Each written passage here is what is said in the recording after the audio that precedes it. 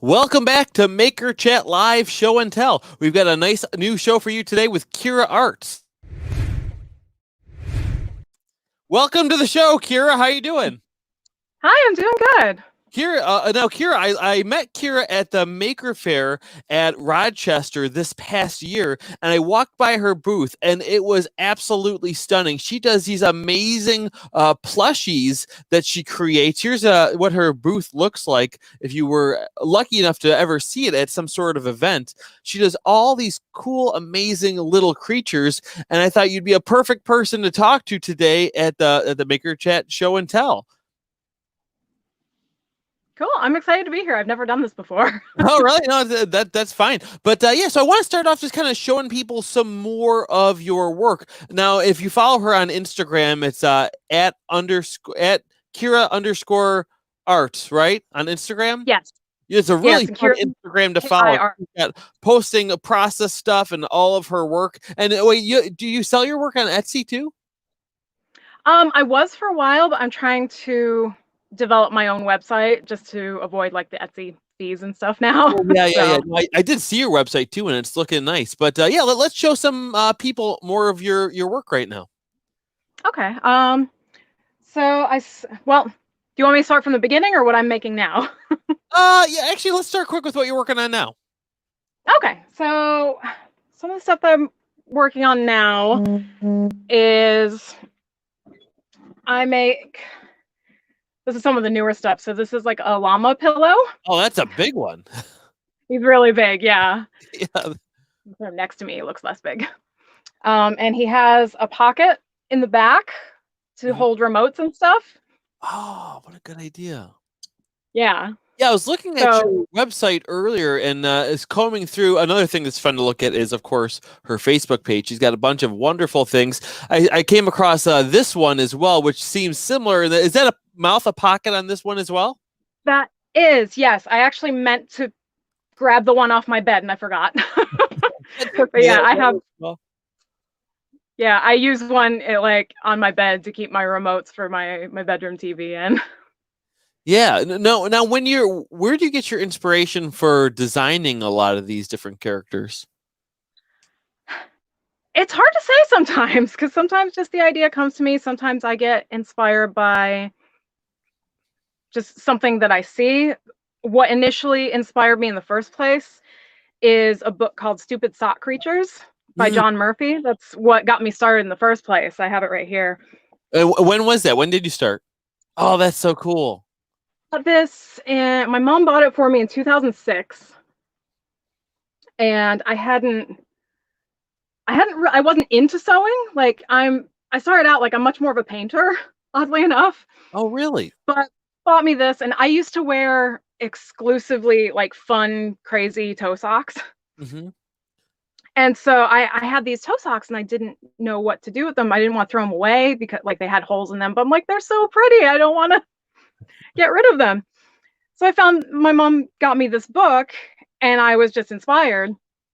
And so I started making guys out of socks. This is one of my earliest guys. I call him a fish dog. A fish dog. But cool. You can see like these are the toes from the toe sock. So he's got like a weird little fish. Cool. So it seems like sometimes you're inspired by the material rather than just coming up with a design. You kind of do what the tells you? Yeah, that's pretty accurate. So that's one of my early guys. This is another one of my earlier guys. Oh, wow. It's so cool to see how your work has evolved. I know. These are really, really early. So these are a lot different than Pokemon, which seems very appropriate with this type of these type of characters. Yeah. Yeah. So eventually I moved on to sweaters because, sometimes, number one, socks, like they're so small and the amount of work that I needed to do, like I needed to charge more. And like, for something so small, no one wants to pay like what I would need to charge for it. And plus sometimes people get like kind of skeeved out by the fact that it was an old sock. Oh yeah. So then eventually I kind of moved on to sweaters. Oh so yeah. This guy, I haven't sewed his eyes on yet. This image you sent me? Or is that just that's similar? Yeah. Yeah, it's a similar one. That's a similar design. So that hole there, the mouth is the neck of the sweater, Yeah. and this guy's a pocket as well. Oh, that's So you can use him for remotes and stuff. Put your phone in there, put a book in there, just anything that you kind of want to keep on hand. They're really nice for when you're sick in bed, oh because yeah. you can just thing you need like right there, and then he's just something to snuggle with because you don't feel good. Yeah, that's like it's like a perfect thing. The especially, I'm sure it's good for all people, but especially kids where it's like, stuffed animals are comfy, and I know they have things like pillow pets, but this just looks, the fact that it's made out of a sweater, a sweater is designed to really be comfortable and worn. So like that's like Yeah. the perfect thing to make it out of, to really be able to snuggle up and and use it. And not to mention all the designs that are inherently on the sweater can make kind of each one unique. Yes, like I can't make two alike if I try. Yeah, Even yeah. if I happen to get the same pattern of sweater, like they always turn out a little bit different. And I've had people give me like a loved one's sweater, like a loved one who's passed. They'll give me a sweater and I can make a monster for them, which gets a little nerve-wracking because I'm afraid like if I make a mistake, like this is it. Oh. But it always turns A out fine. really, really great idea though. Is there like a term for that when like, so I don't know if they call it like a I don't know. Is there a name for when they do that, making for that type of a reason, for a lost loved one? I've heard that just a memory Oh, that makes sense. thing, like a memory quilt, like you would call this a memory Yeah, yeah. monster. That I a made a whole pillow tab, out of not actually. that should be a whole tab on your website, because that seems Yeah, like that would be really fulfilling a need that a lot of people would really want. Because what better right. way is it to kind of remember someone by like a piece of them, but take it to something that's not, that's very I can't imagine looking at one of your pieces and having like a negative feeling about it. There's nothing but positive memories I would think will come from something like that. What a great idea. That alone could be a whole business in itself. That's great. Oh yeah. I don't do it a whole lot because, like I said, it's very nerve-wracking. Oh, I'm sure it is. Yeah. But and I did do one once for a friend of mine who had passed away.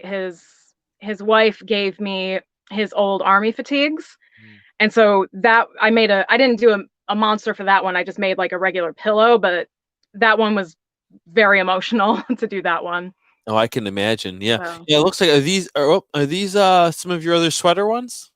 yeah, that's actually a newer design. I made those because I used to do a whole lot of them with these big lips, which is a technique I learned from John Murphy's book. So Mhm. they got these big old lips, but that can be very time consuming and very hard on my hands to do because I have like a really big needle that I use, and you go up one side and that down the other, and you kind of do that the whole way across, and it like pinches it so that it forms lips. And so that can be very hard to do. So I was trying to come up with a design where it gave the impression of a mouth, but I wouldn't have to do the lips on every monster. Yeah, and not only So that, honestly, I think the ones you've come up with are a better design. Like the one with the lips is cute, but it's like a little bit too representational. If the eyes are buttons, why does it have like realistic lips? It looks a little bit goofy. But again, going back to these guys, I mean, come on. I mean, that is, yeah. talk about cute. That is like the cutest thing ever. So and they just remind me of like, when a little kid, they'll like pull their sweater like up over their mouth. They're just Yeah. peeking out. They're just really cute. That is so cool. That is so cool. But you don't exclusively use like sweater and recycled materials either, right? Do you make some out No, of? not exclusively. Yeah. I do use store-bought fabric. The store-bought fabric is mostly for my other line that I do that I call nubbins. Oh, the nubbins. Yes, yes, The yes. nubbins. And So yeah, I do two different things. There's the sweater monsters, they're the big guys, and then the nubbins are the little guys. yeah, look at that. They're And sometimes little guys, sometimes they're sometimes they're big. nubbin. That's the mega nubbin. I made him special to have as like a wow factor thing for Maker Faire, so people He's could a take pictures display with piece, him. right? Yeah, you So call yeah, that I call them like nubbins. They're just little nubs. Oh my gosh, it is so cute. Yeah, and but do you also do like some you do some characters as well? I Sometimes you do. do. So this was like my first nubbin design. So when I first started, like way back, I think it was 2008 was when I had my first craft show. And I was only doing the sock monsters at the time. And I was like, well, I need to do something that's simpler that I can kind of crank out, like mass produce, so I can sell it for a lower price point. Because I want my work to be accessible. Like I want everybody to be able to afford something that I make. And so I started making these guys just really simple. Like I can kind of mass produce them a little bit. And eventually they evolved. Again, like sort of the Pokemon reference. So they started out as these little monsters, but then I started making like different ones. So this guy is a little one-eyed guy. That is so So cute. the kid, of course, like kids come up and they're always like, Mike Wazowski. Yeah, yeah. Well, if Disney asks, he's a generic green one-eyed monster. It almost reminds me the fact that it's like a like a Funko Pop is like they're all the same design, but they Yes. repaint it. It almost Oh, reminds me of are that, with your own version. Oh yeah, look at that! Yeah. Oh, right up behind it. That's my collection of Funko Pops up there. That's great. That is so great. So yeah, that's why I like them. It's simplified. I use the term nubbinized. I was just explaining to a friend's kid the other day the concept of abstraction. I was trying to explain abstraction to them. Mhm. And I was like, well, it's so like when I make a new nubbin, so like I make dog nubbins as well. That's Dog a cat. Where's the dogs? Ah. So if I make a dog, there they are. Oh, Sorry. those are so cute. Oh my god, is that a Boston Terrier? This is a Boston Terrier, yep, and this is a pug. God. Oh my gosh. And so I was explaining to him, if I make a new type of nubbin, I have to make it abstract. I have to simplify it so that like, okay, it's really simple, but you still know it's a dog. Like you still know what kind of a dog it is. Like you knew immediately that's supposed to be a Boston Terrier. Yes, So absolutely. if you recognize it, I've done my job well. Yeah. So, and for a while I was having difficulty because, llamas are big right now. And a couple of years ago, like when they were just kind of starting to gain traction as like the new it animal, I was like, I want to make a llama nubbin, but I don't know, like, how do I make it recognizable? And it turns out I just needed to make them taller. Oh yeah, look at that. Like, I don't know if it would have translated as well if it was like regular nubbin size, which is about like 5 to 6 inches tall. And so like the llamas need to be, I think I cut them at 9 inches when I cut the fabric. Wow. So Yeah, that looks so perfect. Oh my god. these are people love the llama nubbins. They're one of my best sellers.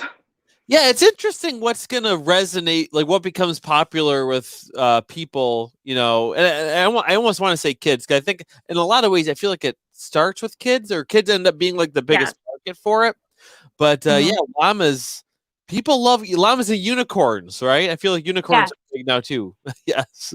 I do have unicorns. I don't have one with me right now. I sold them all. Yeah. That's right. I know. I think you were sold out because we wanted one for Fred, a unicorn one. We still gotta get one of those. But yeah, I gotta make one for you. That's right. But another one that I saw that I think I remember was pretty popular. I don't know if you still do it, but was these ones. Oh, the baby Yoda. Yeah. So I made those. It was a last minute, spur of the moment idea that I had before my last show of the year in December last year. Because it was because of this sweater monster. I made this sweater monster not intending on it to look like Yoda or a baby Yoda, but I looked at it and I just had this thought, I'm like, oh, baby Yoda! I have to make a baby Yoda. Oh my god. So I made a baby Yoda sweater monster. Oh and I'll tell, there's a funny story of why I still have him. So I made this guy, and then I made a limited run of the mini ones. And so it's May the 4th. May the 4th be with you. So Oh, it is today. That's perfect timing. Thanks for making that connection. yeah, I should have made more to have them ready. I'm on a slight hiatus right now because of all the lockdown and all the craft Oh, of shows are course. Yeah. canceled right now. So I've kind of shifted more to just doing some kid art stuff, Yeah. like You know, some inspiration I'll from my pop up friends' for 1 kids. second here because I completely forgot that today was going to be the May the 4th. And because I'm sure you've seen on my Instagram and stuff, I'm working on a Baby Yoda puppet right now. And Oh yeah. if I remembered that May the 4th was coming up, that would have been my deadline to not only finish the puppet but finish my video and like release it on today. But he's still kind of in pieces here. I was working on his hands last night, but yeah, again, for people if they haven't, a lot of people have seen this, but I've got a blink in there for him and all kind of cool little mechanized things he can do with his ears and I stuff. love it. Thanks, but yeah, I found out last night that today was May the 4th. I'm like, oh nuts! What a missed opportunity for me. It always creeps up on me too. I always forget. I was like, oh, I should have done something special. That's right. That's almost any event for me. I always remember like the day before Right. or after the fact. Yeah. That's great though. So, yeah, Hold me up again. That's so cool. So that one's made out of sweaters. this one's my sweater. So funny story about this one. I brought this one to my last craft show back in December. It was the mini May Day in Rochester.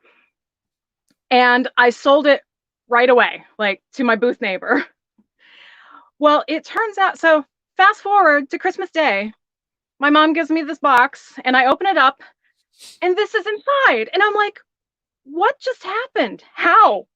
I sold him. Like, why? I'm like, this is the exact one I made. So it turns out she paid my booth neighbor, she gave my booth neighbor the money to have him pretend to buy it. And then like later, like they made the switch and like she got it back because she knew I secretly like really wanted to keep this. Oh my god. So she paid me to give me a Christmas gift that I made. That's right. It's better than a gift card, I guess. Gift ever. Yeah, it's funny. I was talking with my other buddy too. Like when relatives give gifts, especially if it's like money or gift cards, if it's like for example, let's say it's $20, you just like handing that same $20 bill back just at different times. Like, oh, it's your birthday. Here's $20. Right. Oh, here's your birthday. Here's $20 back. So that's kind of funny. That's a much better way to do it though, with something like that you made. I like that. It was so funny just because she knew I wanted to make it, but I wasn't giving myself permission to because I was like, oh, I have a show coming up. I should sell it. And so like, it was almost like she bought me the permission to keep it. Yeah. Is that something, do you keep many of them often at all? Not really. I really don't. I used to. Hmm. For a while, the first run of like who are most makers making for?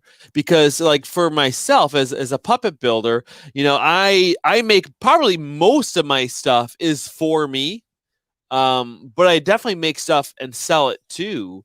But I know a lot of people who never want to make stuff for themselves. It's just interesting always to kind of find out what different makers what they do and what their thought is on that. It's kind of half and half. Like I make stuff because I like it. And I assume like, well, if I like it, like someone else is bound to like it. Yeah. But sometimes I do make it for something specific. So like, for example, the llama, like I wasn't particularly into llamas. Like, I think they're really cute. I've actually gotten more into llamas since making them. Of course. But sometimes it's just, hey, this thing is trending. People are really going to like it. Like I want to make my own version. Sometimes it's just a challenge to myself, particularly if it's a character, because I don't like to do characters more than once usually. And number one, just because it gets repetitive. And number two, usually, you know, you get into copyright issues and whatnot. So, but most of the time I like to do it at least once. So like, okay, I did it. I have the satisfaction. I made this thing. It looks cool. But then I get into the trap. Like I made this cool thing. Now everybody wants me to like make it over again. Wow. So. Yeah. No. So with the Baby Yodas, you only did that one run. Yeah. So I might do a run. I remember hearing actually, wasn't there like a crackdown on those? There was actually there's a fellow plush maker that I follow on Instagram. Her shop name is Shop Cool Critters. Mm. She's based in Ohio. And yeah, Etsy like cracked down on her because she was making some really cute baby Yoda critters that were like in a different style than mine, but in her own plush style. Mhm. But yeah, Etsy really kind of cracked down because Lucasfilm and Disney are like, yeah, you can't do that, which was frustrating at the time because they didn't have any merchandise Yeah. ready, Well, like way back in I was December. gonna pop in and say is, and I actually heard a little story about why that was. Apparently, if they had gone into production, you have to go into production with like stuffed animals and toys well before the release date. So if they wanted Baby Yoda stuff Right. ready the day that he was revealed, a lot of people would have figured it out because of the merchandising Right. deal. It would have leaked, and they didn't want that to happen. Yep. But because of that, there was a tremendous, I bet you, a demand that they probably knew people would like it, but I'm sure they didn't expect that kind of demand for a Baby Yoda product. Right. And then, yeah. Which I'm like, how can you not? Because it's so darn cute. Yeah, it's cute. I mean, you didn't have to sell me. I'm working on my own too. But Right. yeah. I mean, like, but and I imagine, even though maybe it was not necessarily like a product that would have longevity on most crafting businesses, I bet you a lot of companies, either whether you're selling cookies or really any type of maker product, probably got a nice little boost for that couple months. Yeah. Because there was nothing else. And, every little kid wanted Baby Yoda something for Christmas. And so if parents could find anything, like they were going to get it because, Disney wasn't making anything at the time. So yeah, I was kind of the opinion, like they should have like kind of waited and like given the crafters some slack until they actually had like merchandise. Yeah. But what are you gonna do? I feel like they did give them some slack for a while, didn't they? Because it was a while until the crackdown, wasn't it? Or was it pretty quick? I'm not sure. I thought it wasn't felt until quick. February or so that they started, or January or February that they really started cracking down. Because No, I think it was earlier than that. At least with yeah. At least with the ones that I saw, it was earlier. Yeah, it probably depended on how it probably aimed at the higher profile people first. So yeah. Right. Yeah, but that's super smart for you just to do a limited run, And I think your design is different enough. And what's the word? Like you said, kind of an abstraction, but also like a simplification. You're taking it down to buttons for eyes and just like these triangle shapes for ears. Yeah. That it is. I mean, it's definitely Baby Yoda, but I mean, look how I gotta bring it up again. Look how cute these. How were these the size of? These were nubbins. Those were nubbin sized, yes. Okay, nubbin size. Yeah, I like that. And I specifically bought bigger eyes than I usually use. So I usually use somewhere between the 9mm and the 15mm. So I don't know, it's hard to tell on this. So the pug these are 12mm. And the Boston Terrier, that's slightly big. I don't know, it's hard to see, but it's slightly bigger. And so the Baby Yodas, I used 18 or 20, which is even slightly bigger, but it made a difference. Oh yeah. One thing that I learned as a puppeteer, and a lot of people who draw cartoons or characters know this too, that generally with any characters that you make in any format, the bigger the eyes, the younger they look. So yeah, with the Baby Yoda thing, that is a absolutely perfect thing. But one more thing I wanted to bring up about your work that was cool is you've sent me this, which I think is another great market to corner. Oh yeah. For books and stuff. This was something that you made for your nephew, was? Yep, I made it for my nephew for his first Christmas. Yeah, that's so he's 10 months now. So, and he loves him. So in the book, the grumpy monkey's name is Jim Pansy, like chimpanzee. That's great. And so it's so cute. My brother and my sister-in-law like call him Jim. It's like, oh, here's Jim, and Jim is Noah's little like crib buddy. He's like he stays in the crib, and he's just kind of his snuggle buddy. I guess they'll see him on the baby monitor, kind of wrestling Jim in the morning when he's like woken up and is just kind of chilling in the crib. He wrestles Jim. No, that's great. No, but what it made me think of, I don't know if you've thought about this too, but I think it would be another really good market to corner people. I'm working on some children's books that I'm writing and illustrating now too. And so I'm in a couple of those other groups, and a lot of people are constantly looking for a figure, essentially a plush made of their characters, not necessarily to sell, but even for displays. Like if they do a book signing or something, to have one on their table while they're signing books and stuff. That's another really cool opportunity that you should definitely look into. Yeah, it'd be another tab on the website that I would do. Is that something you've thought about? I mean, this looks, again, look at this. This looks great. Well, and it's funny how I got the face. I took the dust jacket off of the book, and I made kind of like a makeshift light box with like a plastic container and like an LED light inside the plastic container. That is such a good idea. And I made a template to get the face right like that. So I got the face and the eyes, like, the correct shape. I just used the dust jacket as a template. Wow. That looks really great. And that one's made out of fabric as well that you did? That's like faux fur. Yeah. And it's one of the most it's one of the things I'm proudest of. I think because it was made out of faux fur, it just looked so professional. Like my brother didn't know that I had made it. I wasn't able to be there on Christmas Day. They live in New Jersey. But my mom told my brother that, like, oh yeah, Kira made that. He's like, she made it? I thought she bought it. Wow. And so it's one of the pieces I'm most proud of. Yeah, no, it looks very legitimate. Another thing I was going to ask you about some of your techniques. It looks like I'm not sure if you use the same terminology that I do for it. Is that do you call it tool tackling? I don't know what that is.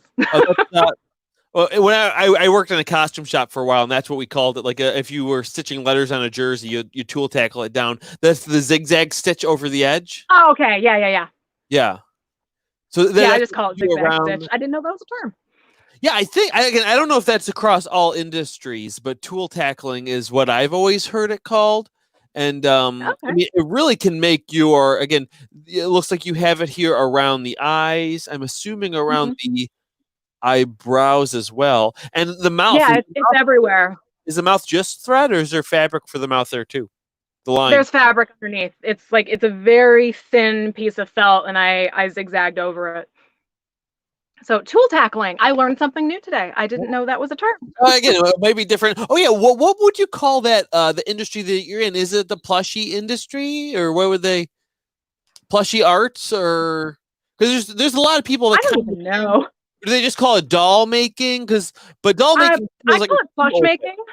Plush making, yeah. I call it plush making because I don't know. When I think of dolls, I think of something specifically human. And I don't know if that's for everyone, but like when I think of the word doll, I think of a specifically like human representation. Yeah. But I mean, these are technically dolls, but I call them plushies. Plush. I usually refer to them as just sweater monsters, the sweater ones, because and to clarify, like the word monster for me, and I think in recent years it's helped like movies like Monsters Incorporated and stuff like that. Like the word monster isn't scary to me. Like it's just like it's a fun, like whimsical creature, and if it's not anything else, it's not an animal, and it's not specifically an alien, and we don't know what it is. It's a monster. Yeah, it's a monster. Yeah. Sesame Street's done pretty well with that too. Cookie. Yeah, and I think that's a monster. Yeah, but yeah, you're right. Monsters Inc. and stuff has also helped a lot with that. Yeah, that is so. But yeah, Sesame Street and Jim Henson's work, like the Muppets, were a big influence on me as a child. So I think that's definitely crept into my work a lot. Yeah. So actually, more on the business side, are you doing this full time now, or is this just a side business for you?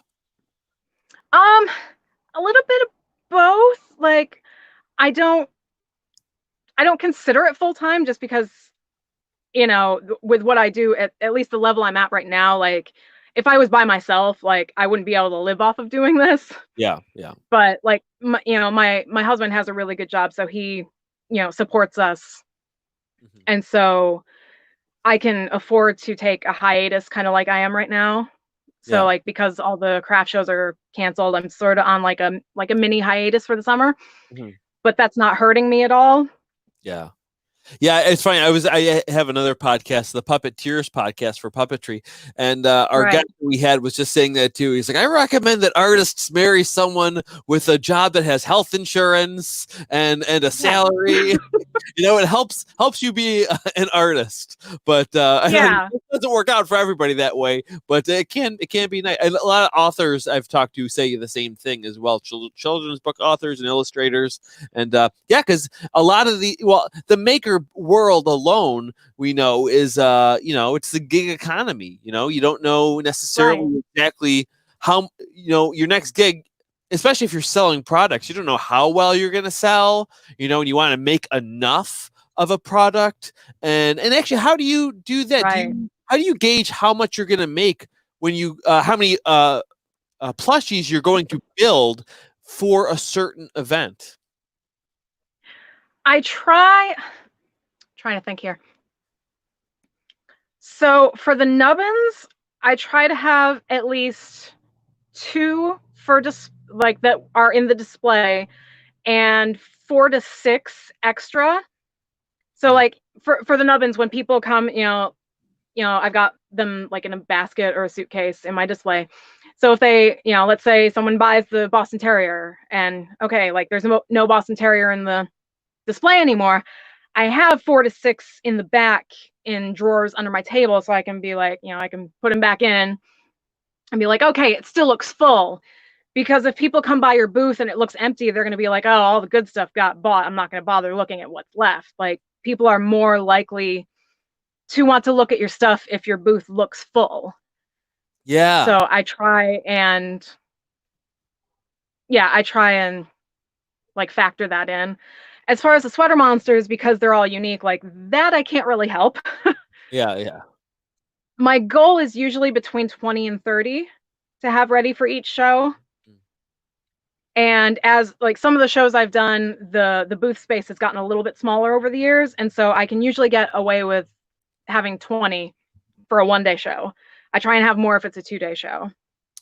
So Yeah. like Mayday Underground I was gonna say in the spring, Mayday Underground is 1 day, yeah. and in November it's 2 days. And so I try and have a lot more ready for the November show, because if I sell everything the first day, like there's nothing for the second day. Yeah, no, has that ever happened to you where you've kind of pretty much sold out of something for the next day? No, I've always had, I think the least amount I've had left has been 4 sweater monsters Wow.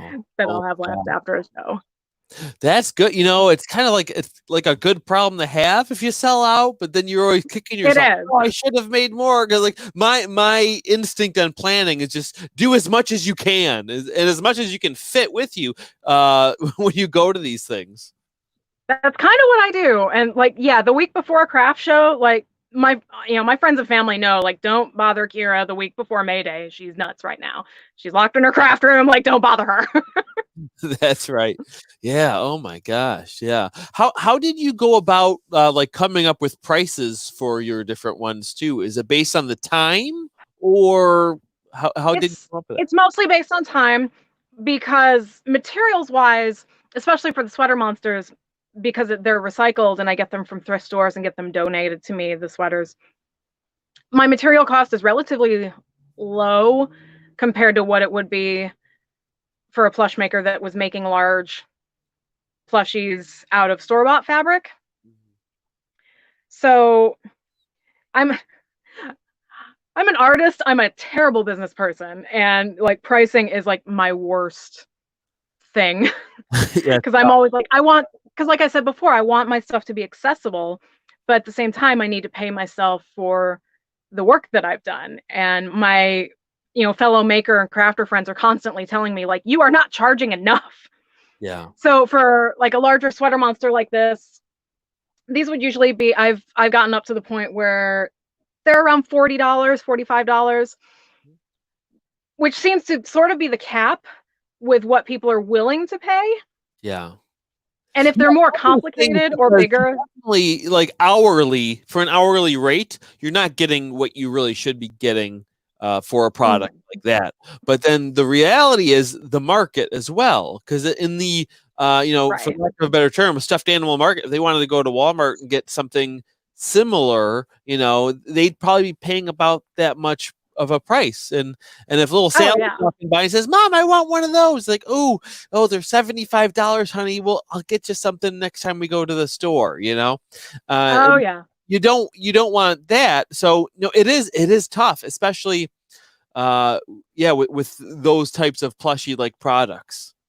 Right. And so it's a matter of just it's finding your market, it's finding the shows that bring in people that know what handmade is worth, where it's important to them, like they know that makers are working hard and they deserve to be paid for their work. So that's why I do shows like Mayday Underground is my main one that I love doing, and I'm actually friends with the organizers. But it's very important to them to get quality handmade makers into their show. And I don't know how they do it, but the way they market that show, like they bring in just the best people that know like the artists should be paid for their work and like really appreciate the work that artists do. Another one that's out in your area, it's in Buffalo, and I'm not sure if it's canceled or not this year, is Jack Craft Fair, the Jack of all trades at the Buffalo Harbor.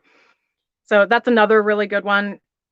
So it's the more indie craft shows. If they have the word indie in them, they tend to be better because people have this idea with handmade that's kind of what's the word I'm looking for? Yeah. It's in my brain and I can't pronounce it. Okay. That's a really good point that you're bringing up, though, because you're going to a market of people that appreciate handmade things. Because for just a quick example, like if you were someone selling paintings, you could sell them probably for a higher price. If you were, again, I'm not saying you should actually do this because you're probably not allowed to, but if you were standing outside of an art museum selling your original work, you could probably sell it for a higher price than if you were standing outside of Disney World or something where people are kind of looking for tchotchkes or little souvenir type things. So Right. art appreciators versus people who just want something and want it cheap. Exactly. So unfortunately, so I live out in the country. I'm in Orleans County, near Medina. And I've come to discover like I can't do Orleans County craft shows, like the festival shows and like the Albion Strawberry Festival and like, just the different small town festivals. I can't do those anymore because like the people that go to those, it's like you were saying, like, they're the Disneyland crowd. Like they just want something, a little tchotchke like for cheap. Like I literally, this stuck in my mind. I was at one of these smaller festivals and this little girl wanted like one of the owl nubbins. So I had this owl nub, the owl nubbin, and she's like, "Oh, grandma, can I have an owl?" And the grandma looks at the price, and I sell these for $15. And within my earshot, this woman says, "That's too expensive. Grandma will make you one at home." And I'm just like, really? Gosh. Like, and I don't mind if people think you can make it at home. I do that myself. I go to a show, and if I see something that I do think I can make, I have that thought, like, oh yeah, I could probably make that at home. The question is, will I? Yeah. It's not a matter of if you can most of the time, it's will you. And there's been a few times where I've seen something and I'm like, yeah, I can make that. But this person's already making it and I don't want to take the time and buy the materials and everything. So I might as well just buy it from this person. Yeah, you no, know? that's exactly right. And well, $15 is a great price too, because think of like a good minimum wage is like $15 an hour, and Right. I'm not sure. I mean, I would imagine it would take with all the pieces and the materials, gathering materials, cutting it out, all the tool tackling, even the eye Yeah. stuff. I'm sure you buy them in bulk, but all that stuff does add up to where like at a $15 price point, you're not killing it. You're No. I think it's a very fair price. Yeah. So you hear comments like that, and I think people just don't think and they don't realize artists are real people. And like, I can hear you. Like, I don't know if it's just because she was older and didn't realize how loud she was talking, but And like I said, I don't mind people thinking they can make it themselves. Like, I encourage people to make stuff. That's one of the reasons that I do the Maker Faire, is to like show my work to kids and encourage them, like, hey, like, you can try this. Yeah. You know, I actually requested to be set up next to the Sew Green Rochester booth, because they have a whole bunch of sewing machines set up that kids can try, because I'm not really set up for the kids to use mine at Maker Faire. But I was like, yeah, go check out Sew Green Rochester over there, and they can teach you how to sew. Like, I encourage that, because, you know, the whole reason I started out was I got a book where this guy was teaching you how to make it, you know? Yeah. Wow. So sewing is yeah, a great skill for everyone to be able to learn. Did you do much sewing before this? I know you said you did a lot of painting before. yeah, I wasn't into I wasn't into sewing. I hadn't even used a sewing machine. My husband bought me my first sewing machine. It was in 2008. It's like when I started like deciding I wanted to do this as a business, because I was hand sewing these before, like these sock Oh, monsters. This is all hand sewn, and it started because I was hand stitching them during church just to keep my hands busy. Like, you know, I'd be listening to what's going on, but just kind of hand stitching it, like, keeps the different part of your brain engaged so your mind doesn't wander, you know. And I'd give some of them away to the kids at church. And then the moms would say to me, this is awesome. Like, you should, you know, one of the moms told me about Etsy, and like, you should sell these and this and that. And when I got serious about wanting to sell them, my husband's like, yeah, you can't do this if you're going to hand stitch them. Like, I need to get you a sewing machine.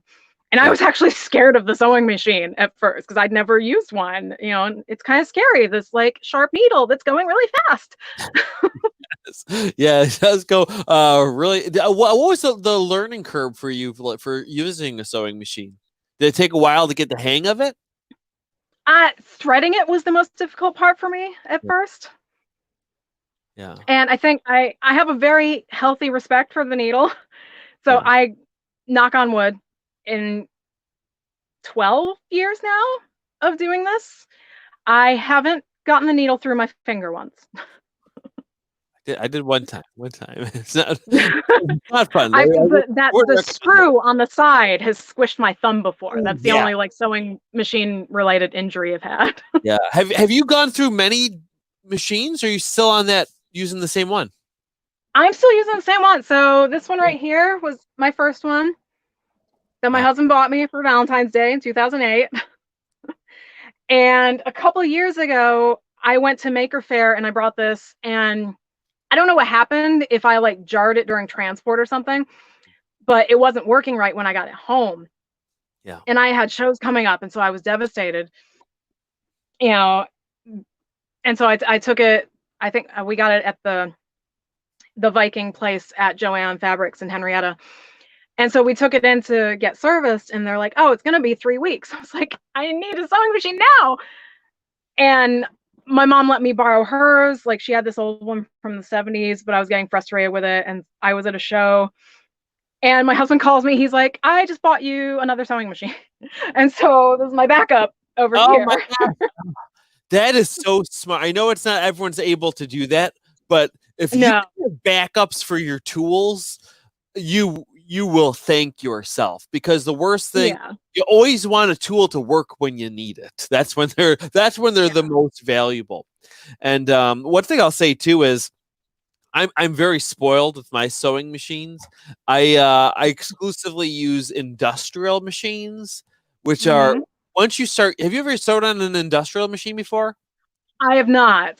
Oh my gosh. I have a vintage industrial machine that my sister-in-law gave me. Her grandmother had, and her grandmother passed away, and she wanted the sewing machine to stay in the family. And so she gave it to me, and I haven't used it yet. It's like 80 years old, and it's an industrial machine. It's downstairs. Yeah. I mean, once you use an industrial one, again, I was spoiled. I worked at a costume shop, and they had all the industrial machines. And once you sew on one, you can't go back to a home machine. You just can't. These things are like tanks. They just work straight through. And one way you can tell if you have an industrial one or not, because a lot of people tell me sometimes that they have industrial ones. I look at it like, that's not an industrial. It's old, but it's not industrial. But they have like an external motor underneath, and they're attached to the table. And again, not to say not all table sewing machines are industrial. Like if the ones that fold down into the table, those are not industrial. Those are just really nice home models. An industrial one, it's got the big buttons on them. Oh God, I'll tell you though, they are great. Yeah, the one I have, it's got the motor. It needs oil, and I'm like, yeah. Oh yeah, the oil one. Yep. Yeah. Yep. Yeah. I've the oil. Yeah, I should probably change the oil on some of my machines. Yeah, but again, I'm surprised. I have a straight stitch machine. Oh, that's the other thing too. The industrial machines do one thing. You know, all the home ones, or most of the home ones, they can do a straight stitch, a zigzag, a this or that. Industrial machine is one thing, so you need a different machine for each stitch. I've got my straight stitch machine, I've got my walking foot machine, I've got my my overlocking serger machine, all industrial. And there's a separate, when I was at the costume shop, they had a separate zigzag machine that only did zigzags, couldn't even do a straight stitch. So it's it's quite a world. I do something like that. I mean, because even though these are both like relatively modern machines, so my older one, I've noticed, tends to handle sweaters better and like handles like thicker fabric better. And so I'll use this mainly for sweater monsters. And then the newer one, a thing I really like on this one is when you program in the stitch length for the zigzag stitch, if you switch back and forth between stitches, it still remembers the length. You don't have to like re-input it like you do with the other machine. So this is a machine I use a lot for any of the tool tackling, zigzag, detail work, applique. That's the word I was looking for earlier. That's what someone else said too. They called it, they pop it up right here. Applique was another term. Someone else said they think it's called satin stitch, that zigzag. Oh yeah, I've heard that too. Yeah, a lot of stitches. Oh, one of those people with my mom. Hi, Mom. Oh, is it your mom? Okay, hi, Mom. Yeah, Linda Chatfield. That's my mom. There she is. Hi, Mom. That's great. Oh my gosh. Yeah. Oh, another thing too. If you can get it on your sewing machine, I got it on my automatic thread cutters. It's a luxury thing, but my goodness, once you have automatic thread cutters, you're golden. It's I don't amazing. think I do. Oh, I'm not sure if I do. I have the little thing on the back. Like it's like a little tiny like razor blade. Yeah. Is that what you're talking about, or is this something different? No, that's good too. That's definitely very handy to have. But another thing I just wanted to pop up here. I have it here on a separate tab. I'll bring up so people can make sure that they check out more of your work here. Oh, hold on, let me X out of that thing there. This is your Facebook page, and my goodness, people definitely have to check this out because the work that you post is just so cool. It seems like you do a lot. So this is a holiday themed thing. It's just so fun. Yeah, the yellow monster is actually one I've kept. That was one of my husband's sweaters. Oh, that's so cool. That yellow guy right there. Yeah, and like I said, not just your Facebook page, but your Instagram is just so fun to follow and watch too. And thanks. I'm much more active on Instagram. Oh, these oh my gosh, these got to be huge too. These the cactuses, yeah. Cactuses. Do people go nuts for those cactuses? Yes, that's another random thing that got really big in the past, couple of years or so. People are all about the cactuses. Yes, there's something. Oh my gosh, look at that. That is just the cutest thing ever. Yeah, my buddy, John Little, who's going to be a future guest on this as well, he made this adorable little cactus puppet. Or actually, was it a puppet? Maybe it was just a figure. I don't think it had a moving mouth. Maybe it did. But it is just the cutest thing ever, too. And this kind of reminds me of it. I just love the heck out of that. That is so cool. I always say, I imagine them just saying, yay! Because their arms are up and their mouths are open. They just look so happy. Yeah, that's right. He definitely does look like he's saying yay right there. That's great. And I mean, that's one of the reasons I do what I do is, I mean, number one, I enjoy it. And number two, like, I like that it makes people happy. Like, it's something, like you said earlier, like, you can't help but smile. Yes, you're right. almost, I would say everybody that passes by my booth, even if it's a grumpy old man sometimes, like smile. I swear they smile just a little bit at least. Yes. Oh yeah, definitely. Well, again, well, I remember I walked by. Well, I mean, again, that's how I discovered you. I discovered you at a maker fair, and I just walked by with my daughter because I had my own.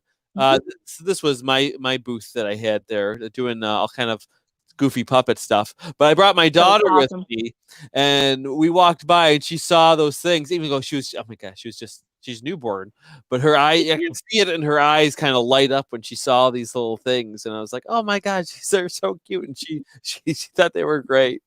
So yeah, I Oh, definitely she's gotta so cute. get my hands on one, order one. Oh, speaking of ordering them, so you sell them through your website now? I'm trying to set that up. I'm Yeah. not sure if I have it quite right yet, but I'm trying. Yeah. So are they available anywhere then yet for people to get if they're watching this now and they have to have an oven? Right now, my website mostly, and if you have trouble checking out, just send me a message and let me know. Hmm.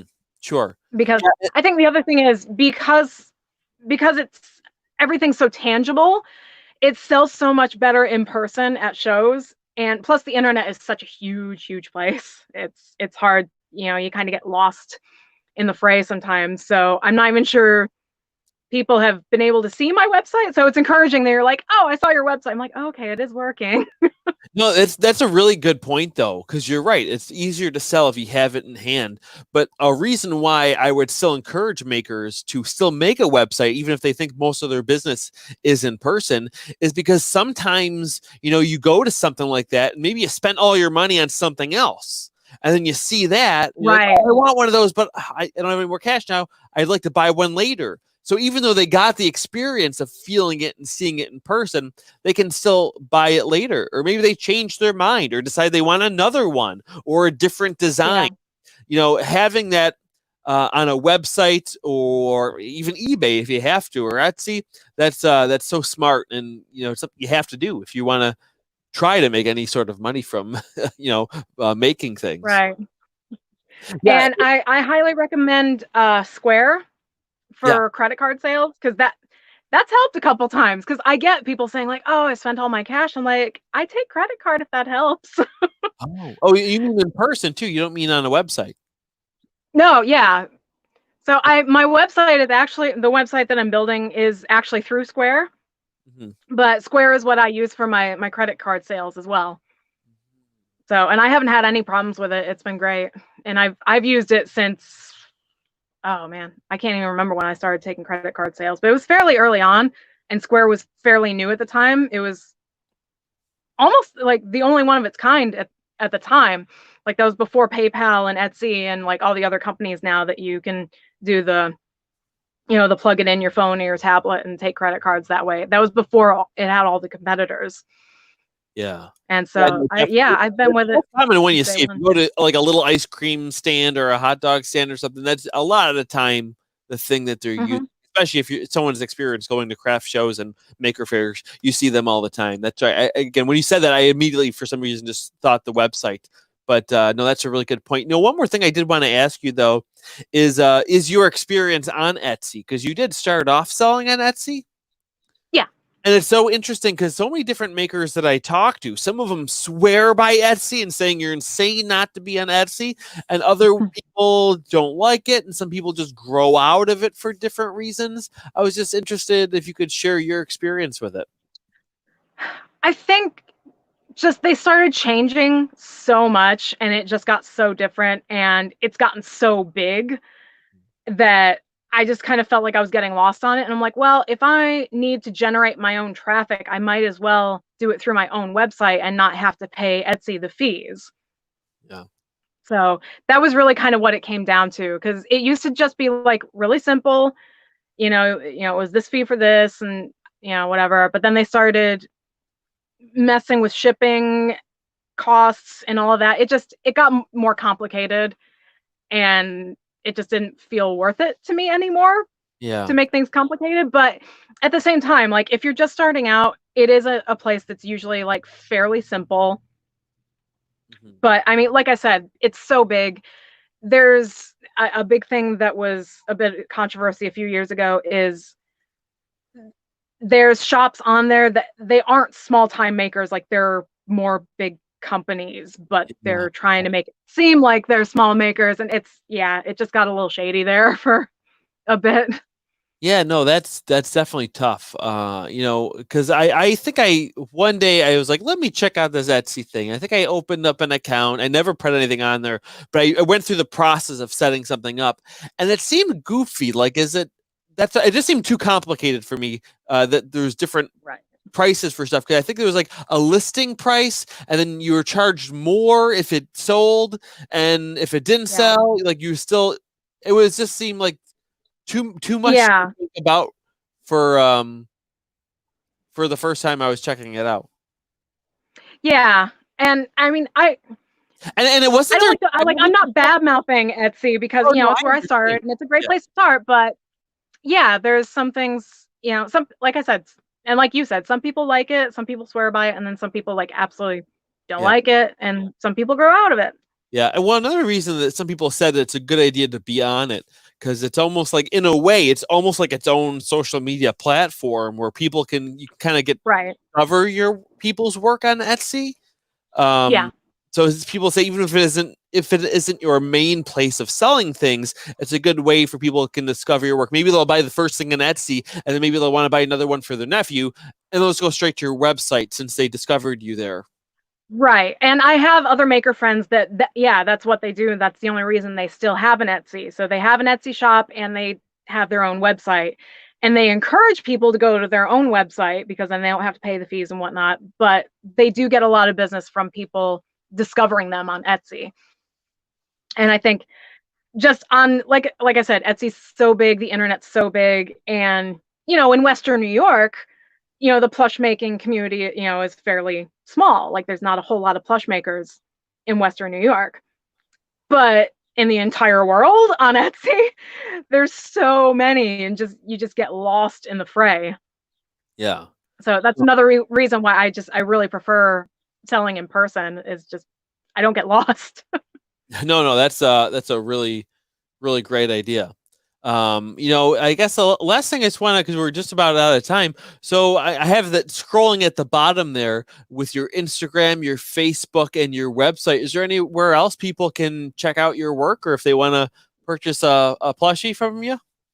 No, that's pretty much it. You got it all right there. Got it all right there. Great. Well, I think you should definitely start like a YouTube channel. I think people would love it, even if you're just like talking about it. Oh wait, yeah, I do have a YouTube channel. Oh, you do? Oh, great. What is that? I do. If you should just, it should just be Kira Arts or Kira Sinclair. Okay. Yeah, we'll definitely point people toward that, because I think people just love seeing the process of things, especially for makers. So I recommend a lot of makers start YouTube channels, even if they don't. Sometimes they're shy about being on camera and stuff, but it doesn't have to be focused on you. You just be pointing at your what you're making in your hands, and people seem to like that a lot. So for the YouTube, definitely, she's gonna post it on her Facebook page, so you can find it there. And make sure you follow it and subscribe to that as well. And anyway, is there anything else you'd want to say to people who might watch us? I look forward to making a sweater monster puppet someday. That's right. If you need your sweater monster puppet, you know where to go. All right, Kira, thanks so much for coming on the show, and we will see you next time.